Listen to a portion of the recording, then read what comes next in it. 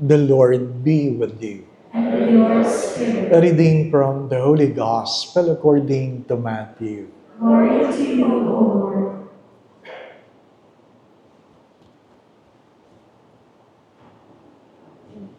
Jesus said to his disciples, "Beware of false prophets who come to you in sheep's clothing, but underneath are ravenous wolves. By their fruits you will know them. Do people pick grapes from thorn bushes or figs from thistles? Just so every good tree bears good fruit, and a rotten tree bears bad fruit. A good tree cannot bear bad fruit, nor a rotten tree bear good fruit. Every tree that does not bear good fruit will be cut down and thrown into the fire. So by their fruits you will know them."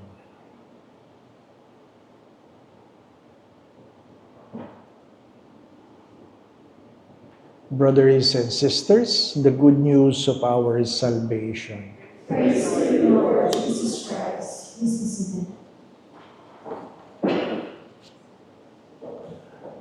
We all know this, that the most sincere prayers are said in the corridors of hospitals, not inside the church. As they say, the most real embrace are not during weddings, but in airports when people has to say goodbyes. Many times, people would say, "Do you know, Father, that my doctors don't pray? Do you know that my doctors don't pray?" And I said, "I do not know." But many doctors I know stop praying because they cannot comprehend how come a good God allowed suffering in them. How come a good God allows suffering in them? That's why they find it difficult to pray. The first reading speaks of prayer. Prayer is not a self-centered monologue, but a God-centered dialogue. You allow the other person to speak as you listen, and you speak and the other person listen. That's what is prayer all about.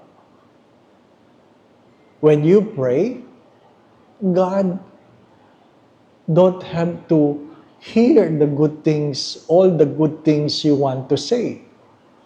Abraham even expressed before God his discontent about not having a child. Not having a child. It is important that when you pray, you know who you are praying for. Kilala mo ba kung kanino ka nagdadasal? Second, it is important that when you pray, you ask things that only God can give. You pray to God knowing that only God can give what you're asking for. No one in this world can give an old man a son. Only God.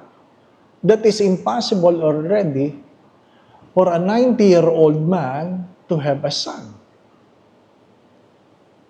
Of course, you know the story. Because he refused to believe, he was given a son at the age of 100. 100. You know who you are praying. You know what you are asking. And third, you must believe. You must believe that not all prayers are answered because prayers are answered for what is good to the recipient because God needs nothing from us. Needs nothing from us. I was a young priest then when a woman who had a brain tumor recently operated, and he was simply given few months to live. I was presiding the Eucharist in Edsa's Shrine that time. She came to me and said, "Father, I cannot die. I cannot die." Gusto ko sanang sabihin, sino naman magsasabing hindi ka pwedeng mamatay? Lahat na mamatay. But I listened to her and said, because my husband is sick, kailangan ako ng asawa ko. To cut the story short, I asked her, sabi ko, if you're given a chance to live long, how many more years do you want to live? How many more? And she said, sana bigyan ako ni Lord ng 10 years pa. 10 years. Can you imagine the bargaining, no? You're given by the doctor months to live. Tapos hingi ka sa doctor, sa Diyos ng 10 years. Opo. Sabi ko, sige po, ipagdadasal natin. True enough. True enough. Namatay na lang yung asawa, namatay na lang yung anak. 10 years after, nakita ko siya. Sabi ko, nanay, buhay pa kayo. 10 years na. Sabi niya, sama mo, Father. Gusto mo ako mamatay. Hindi, ang usapan natin, 10 years eh. Hindi pa ba? Ano pa? Humingi ka ng 10 years. But perhaps the reason to live is no longer there. Several years after, when I saw her again, sabi niya, kailan kaya ako kukunin ni Lord? Kailan kaya ako kukunin ni Lord?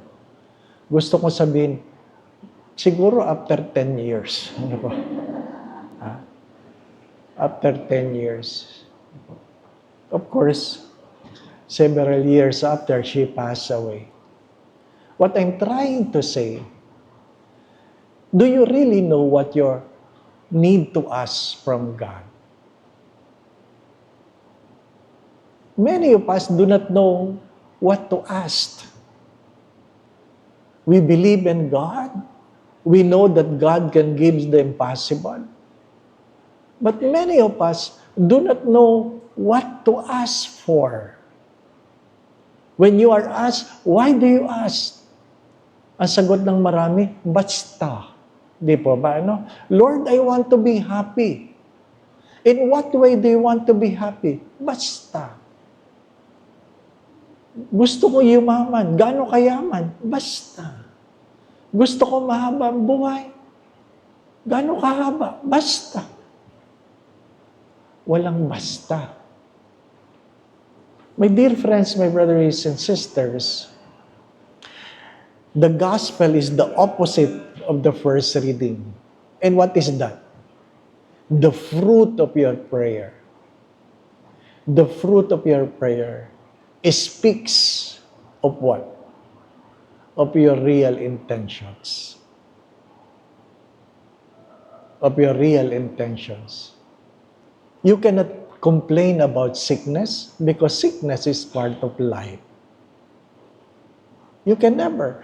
If you look at the book from the letter of St. Paul emphasizes that sickness is part of life. Worse, that you are sick because you are possessed by an evil spirit. But sickness is part of life. Death is part of life. Death is certain. Life is short. My dear friends, my brothers and sisters, Our goal is not to live long, but to live well. As I always say this. Our goal is not to live long, but to live well.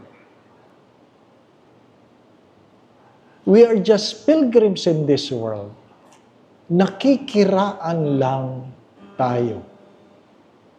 Mahalaga po na alam natin kanino tayo nakatayo, saan tayo nakatayo, hanggang kailan tayo sa ating kinatatayuan.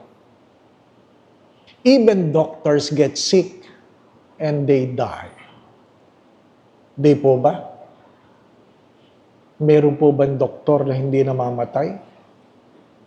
Yung iba nga, nauna pa yung doktor nila kaysa sa kanila. Hindi po ba? Ano? Bahagi yan ng buhay. I guess today we're invited to examine our prayers. To examine how we ask, what we are asking for, and why we are asking what we are asking. I said this morning, don't forget that there are a lot of good things you have already received, even you have not asked God. Look back. Look back. There are a lot of good things in your life that you have experienced, even you have not asked God. And perhaps it's good to ask ourselves, have I been grateful to the things I have received, even though I did not ask? And the common answer is, I have forgotten to say thank you. My dear friends, when our hands are full, we forget to say thank you. Only then when our hands are made empty, we complain. Amen. Was there a moment in your life that God was not there? And the answer, there is none. Even in times we refuse to look for God, God was always there. But it's good to remind ourselves, if we have failed to thank God for the many good health you had, there's no reason for you to complain about sickness. If we have failed to thank God for the abundance, then we have no reason to complain about poverty. And if you have failed to love the people around you, please don't cry if God will take them away from you. God always listens to our prayers. My dear friends, my brothers and sisters, I always say this. In life, what really matters most is not what our hands can hold, but what our hearts can keep. The Lord be with you. And with yours. And may Almighty God bless you and your family, and the Father, the Son, and the Holy Spirit. Amen. The Mass has been offered. We continue to love and serve the Lord. Thanks be to God. And it's not really